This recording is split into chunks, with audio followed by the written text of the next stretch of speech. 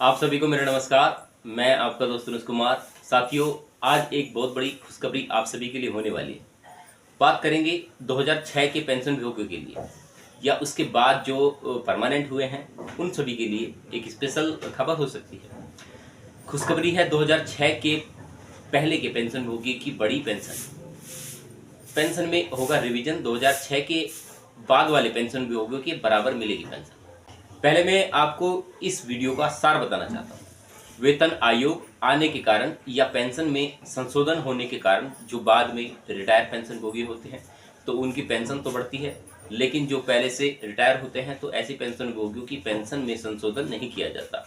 उसी को लेकर 20/3/2024 को दिल्ली हाई कोर्ट ने बहुत ही बड़ा महत्वपूर्ण फैसला सुनाया था।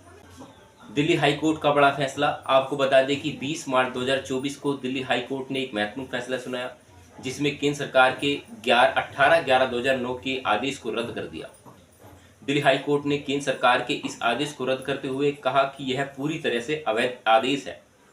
20/3/2024 को दिल्ली हाई कोर्ट ने श्री SNV वैन्यास और श्री DS नकारा के मामलों में सुप्रीम कोर्ट द्वारा सत्यापित कानून मसलों के साथ विरोधाभास का हवाला देते हुए केंद्र सरकार के 18/11/2009 के ज्ञापन को रद्द कर दिया। अब बात करते हैं कि क्या था 18/11/2009 के सर्कुलर में। आपको बता दूं कि सुप्रीम कोर्ट ने 9/9/2008 को एक फैसला दिया था, जिसमें कहा गया था कि एक ही रैंक से रिटायर पेंशन भोगियों की पेंशन समान होनी चाहिए, चाहे वह डिफेंस का हो, सिविल का हो या केंद्र पेंशन भोगी हो। सुप्रीम कोर्ट ने कहा था कि वेतन आयोग आने के कारण या पेंशन में संशोधन होने के कारण पेंशन में सुधार होता है। जो पेंशन का फायदा बाद वाले पेंशन भोगियों को दिया जाता है, वही फायदा पहले से रिटायर हो चुके पेंशन भोगियों को मिलना चाहिए। इसके ऊपर सुप्रीम कोर्ट ने कहा कि यह न केवल डिफेंस के पेंशन भोगियों की लागू नहीं होगा, बल्कि सिविल केंद्र सरकार के अंतर्गत जितने भी पेंशन भोगी हैं सभी के साथ सभी के लिए पेंशन भोगियों के ऊपर लागू होगा। इसके बाद एक नया बवाल देखने के लिए मिला। दिनांक 9/9/2008 को दिए गए सुप्रीम कोर्ट के इस फैसले के बाद बहुत सारे पेंशन भोगी जो सिविल डिपार्टमेंट से रिटायर हुए थे, वे अपनी पेंशन रिवीजन कराने के लिए अप्लाई कराने लगे। अब सरकार के सामने एक बड़ा सवाल पैदा हुआ कि इतने सारे पेंशन भोगियों की पेंशन रिवीजन आखिर किस प्रकार की जाएगी।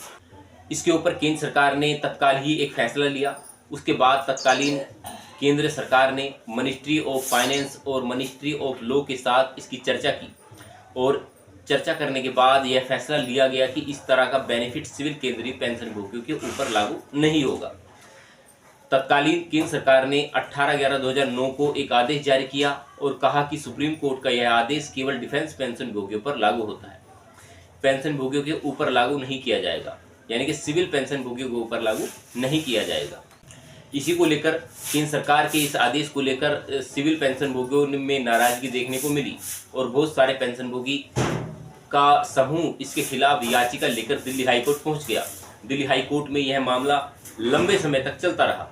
अब ऐसे में दिल्ली हाई कोर्ट ने 20/3/2024 को एक फैसला दिया, जिसमें कहा कि केंद्र सरकार का 18/11/2009 का सर्कुलर अवैध है और हाई कोर्ट ने कहा कि पेंशन रिवीजन का फंड डिफेंस पेंशन भोगियों के साथ साथ सिविल पेंशन भोगियों को भी दिया जाना चाहिए।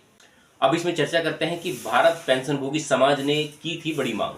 दिनांक 20/3/2024 को दिए एक दिल्ली हाई कोर्ट के फैसले के बाद अब पेंशन भोगी समाज ने केंद्र सरकार से बड़ी मांग की है कि दिल्ली हाई कोर्ट के आदेश का पालन किया जाए और 2006 से पहले के सभी पेंशन भोगियों को 1/1/2006 के बाद रिटायर पेंशन भोगी के बराबर लाने के लिए पेंशन में रिवीजन का आदेश तत्काल प्रभाव से दिया जाना चाहिए। इसके ऊपर भारत पेंशन भोगी समाज ने कहा कि यह संशोधन न केवल न्याय का मामला है, बल्कि राष्ट्र की सेवा करने वाले समर्पित कर्मचारियों के प्रति कानूनी दायित्वों की प्रतिपूर्ति है। भारत पेंशन भोगी समाज ने केंद्र सरकार से अपील की कि इस प्रकार मामलों पर शीघ्र ध्यान दिया जाए और उचित कार्रवाई की जाए।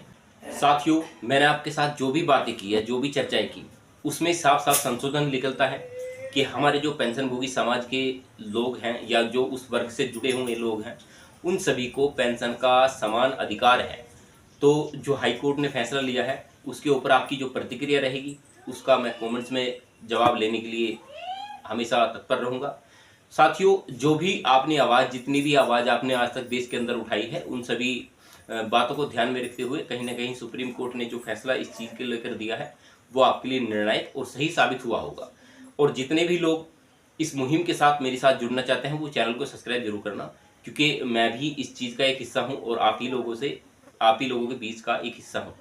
तो जो पेंशन भोगियों को लेकर आज तक की जो अपडेट या धारणाएं, बहुत से लोग ये कहते हैं कि जो वो प्राइवेटाइजेशन को क्यों किया जा रहा है, या जब गवर्नमेंट सेक्टर में हम अपनी आवाज़ उठाने के लिए तैयार रहते हैं तो हमारा जो है अधिकार हमें क्यों नहीं मिल पाता। बात भी उनकी सही है।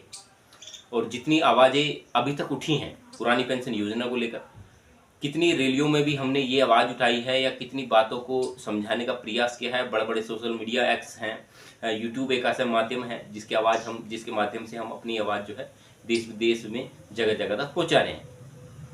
लेकिन फिर भी एक बात है कि अगर जो इतनी बड़ी बड़ी रैलियाँ भी हुई हैं, हमने अपनी आवाज़ हर जगह पूरे देश में पहुँचाने की, देश विदेशों तक में पहुँचाने की कोशिश की है, लेकिन फिर भी हमारा जो समाज है, पेंशन भोगी समाज है, जो पेंशन आज ले पा रहे हैं या जिसको पेंशन मिलने वाली है, उसके लिए कितने संशोधन या कितने बदलाव किए जाएंगे ये अभी तक किसी को मालूम नहीं है।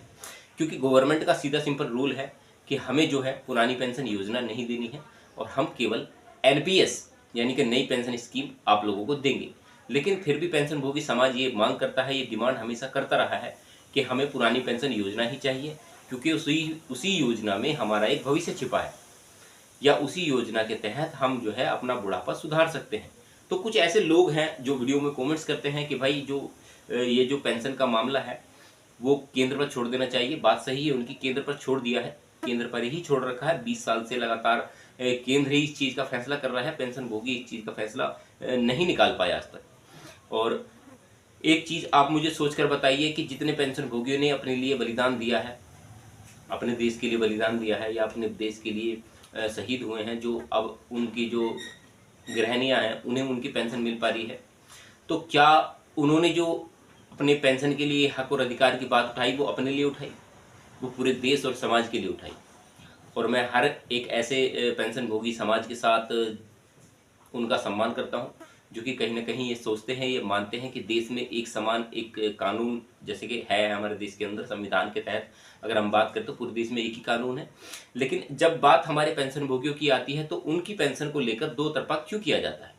अब आपको नई पेंशन दी जाएगी, आपको पुरानी पेंशन दी जाएगी, आप इस पेंशन के हकदार नहीं है। कोई बुजुर्ग है तो उसको पेंशन काट दी जाती है बीच में ही। कुछ ऐसे मतलब कितने सारे मामले, कितने सारे केस हमारे खुद हमारे सामने हुए हैं कि हम उस चीज़ की आवाज़ उठा उठा के परेशान हो गए, लेकिन कोई पेंशन के मामले में सुनने को तैयार नहीं है। तो काफ़ी लोगों का ये कमेंट्स भी आता है कि अनुज भाई अब इस सिचुएशन को लेकर क्या कर सकते हैं। तो मैं उनसे हमेशा बोलता हूँ कि जो भी आपके मन में सही राय हो आप वीडियो में कमेंट्स कर सकते हैं, और इसी प्रकार की नॉलेजेबल वीडियो हमेशा बनाता रहूँगा। बस आप चैनल को सब्सक्राइब करके रखें ताकि आपको वो सारी जानकारियाँ मिल सके जो आपको इस समय की मेन अपडेट है। चलिए दोस्तों, मिलते रहेंगे आपसे ऐसे ही नॉलेजेबल मुद्दे के साथ। तब तक के लिए नमस्कार, तब तक के लिए अपना ख्याल रखें। जय हिंद, वंदे मातरम।